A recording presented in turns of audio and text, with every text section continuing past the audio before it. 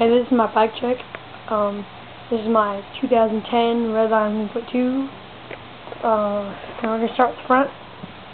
Fly Barnes, regular Barnes, spins, but I don't care.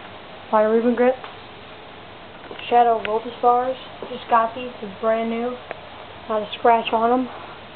They're waiting for it to be nice out so I can ride. So yeah. Redline hollow point stem, Odyssey top cap. Came with my Odyssey Classic Dirt Forks 14mm. My Odyssey Fast tires, stock tires. Came with the bike. Had them for a long time. They're running real good still. 2.20 in the front. Is a Poverty spare hub 14mm. Because I bent my first axle, so I want to learn to smith before I can switch it back over to 3/8 axle. Anyways, yeah, Poverty spare front hub, Alienation deviant rim, Shadow 14 gauge spokes, blue black nipples, blue hex valve cap.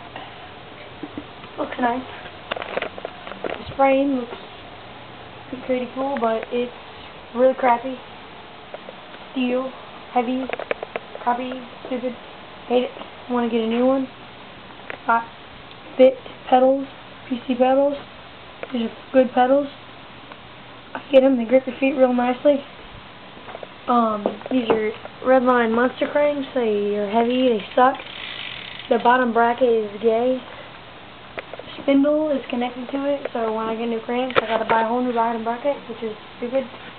And then I got this DK sprocket, Shadow interlock V2 chain, blue, and running good, long time.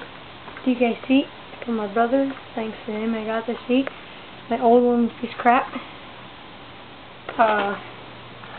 Hoffman generator 2010 hub.